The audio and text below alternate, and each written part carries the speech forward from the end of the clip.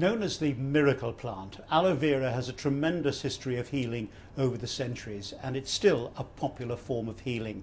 Today, the gel from the plants is used in a wide range of conditions, and it's also a key ingredient in gels and lotions made to nourish the skin. Joining me here is Dr. Peter Atherton and Bob Parker, the Managing Director of Forever Living Products, who are the world's largest supplier of aloe vera products. They're here to talk about the merits of using the medicinal herb, in particular its health benefits.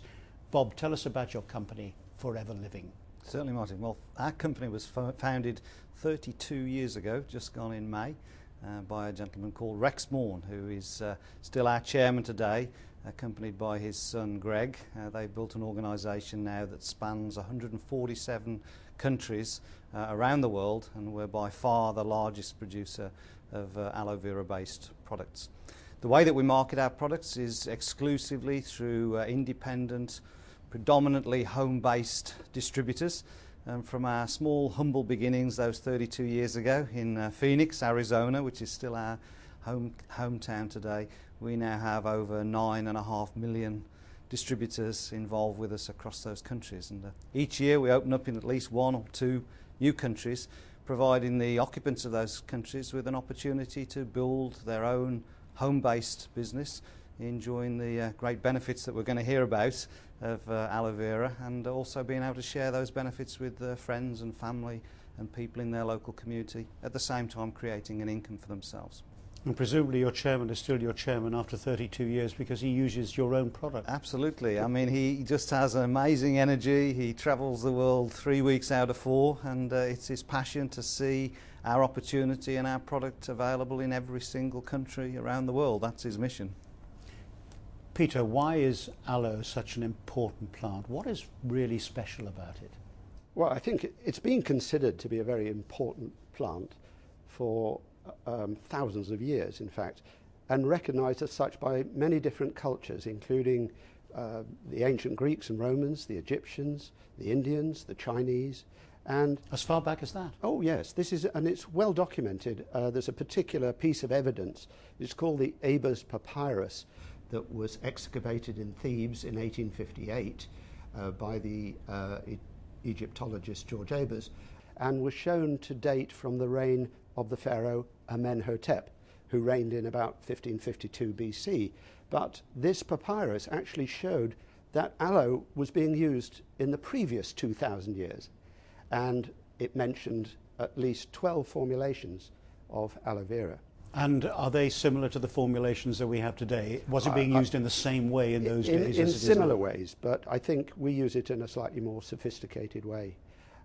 Because of its popularity, you mentioned it was called the miracle plant, but it has actually loads of other nicknames. The medicine plant, the silent healer. The Apache Indians call it the dietary plant because they know it to be a food. But my favorite actually is a Japanese nickname called Isa Irazu, which translated, I'm told, means no need for a doctor. So you just take aloe. You'll be redundant. I will. You mentioned there another type of aloe. So there are different types of aloe. What makes this one special? Well, there are about, and I don't think anybody really knows, maybe 200 species of aloes in the world. And over the years, about 5, maybe 6 have been shown to have medicinal properties. That's all? That's all. And aloe vera is called aloe vera because it's the true aloe. To give it its proper name, it's Aloe barbadensis Miller, and is considered to be the most potent, and that's why Forever Living uses exclusively only Aloe barbadensis. And why do you recommend using it as a supplement on a daily basis? Well, 2 main reasons really. One is aloe vera is a superb general tonic. In it are about 30 different minerals, vitamins and trace elements that I believe are now missing often from our food today because we're just not eating fresh food as we used to. So you don't have to be ill to take aloe vera. It's just a general health tonic, supplying those deficiencies and thereby enabling your enzyme systems to work better. It has certain specific advantages in that it contains painkillers and anti-inflammatory components. So if people are suffering from painful conditions, and especially those that are inflammatory based like arthritis, will benefit from aloe. It has also a long chain sugar or polysaccharide which is known to affect the immune system. It's what's called an immunomodulator or immune balancer. So people suffering with disorders of the immune systems, two examples being psoriasis and ulcerative colitis, often get benefit as well. It has an effect on the bowel. It sort of regulates the passage of food through the bowel. It smooths out the contraction and relaxation of the bowel muscle. So it often helps people, for example, with irritable bowel syndrome. It's known to improve food absorption, particularly protein, and also to balance gut flora. So, for example, if you had an overdose of yeast or candida in your gut, it tends to sort of reduce that a bit. I wouldn't say it will eradicate it, but it balances it out. It seems incredible that one product could do all of those things. What's the magic ingredient? Well, I don't believe there is a magic ingredient, but people might say if there were one, it would be that polysaccharide, that long-chain sugar, because in the States they've actually extracted that and made it into a drug. Carrington Laboratories have produced a drug called Caricin, for which the FDA have licensed it for use in cat leukemia, feline leukemia. Cat leukemia is caused by a type of virus called a retrovirus, which is the same family of viruses that causes AIDS. So they have used this drug in the treatment of AIDS victims. And what they've found is it's not successful on its own, but it is synergistic with the standard AIDS treatment. It enhances the standard AIDS treatment. But I believe you don't have to extract the magic bullet.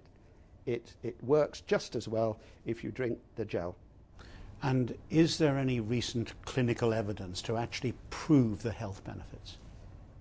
I would say yes, but not enough, because it's very costly to set up clinical trials. But we have done one important clinical trial sponsored by Forever in the use of aloe vera gel in ulcerative colitis, which is an immune disorder. It was done at the Royal London Hospital, not far from here, and it showed categorically that there was an improvement, and there was an improvement at cellular level. You could look at the bowel cells under the microscope after being subjected to aloe and see a difference. So it's not magic or myth. There is real medicine here, real medicine. Right, and can you then extrapolate from that? Can you take the difference that made to the cells and say that because it did it there, it is going to do it in the other areas that you were talking about? I mean, one could say that probably theoretically, but unfortunately I don't have the hard evidence to back that up. I would love to see many more clinical trials, and we as a company are about to set up another, but that's in the treatment of osteoarthritis, and that should be starting in a week or two, involving over 200 patients. So we're very keen to present aloe with an evidence base. And presumably there are thousands of people out there, hundreds of thousands of people who actually believe that it works for them. Oh yes, yes. We have a huge amount of anecdotal evidence, and I always say to people, if they're skeptical, well, just try it, see if it works for you.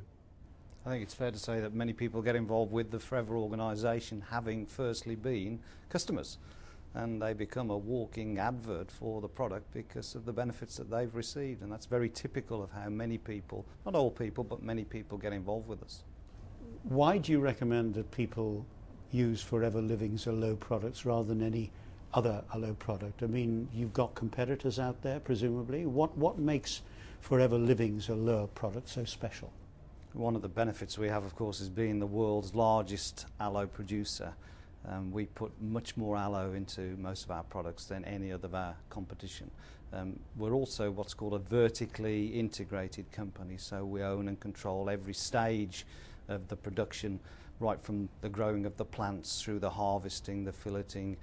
We have a global stabilisation process that's unique to our product, which retains all the natural benefits that an aloe plant has. And so when you drink our aloe or use our aloe, it's the equivalent of being able to, if possible, walk into our gardens here in England and harvest a raw aloe plant and take it in its best form, which is of course naturally. Aloe vera is something I've always associated with suntan creams. How do you make the leap from that to something you can drink? I think you're like most people. They do associate aloe with topical products, especially suntan creams. And believe it or not, one of the most popular nicknames for aloe vera is the burn plant, because it has been used for centuries to heal burns of all types. It has a natural soothing and moisturizing effect, so it's widely used in the cosmetic industry. Also, topically, it's used to put in wounds to heal.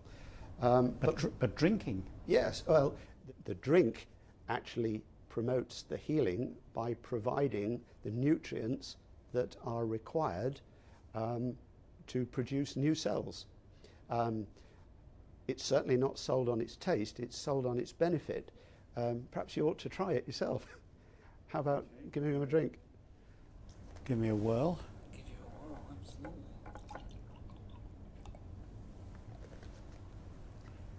It looks a bit like grapefruit juice. Yes, it should be drunk first thing in the morning, before your cup of tea even, because what you're trying to do is to get it through your empty stomach into the small bowel, where it is uninfluenced by stomach acids and enzymes and can be absorbed very quickly.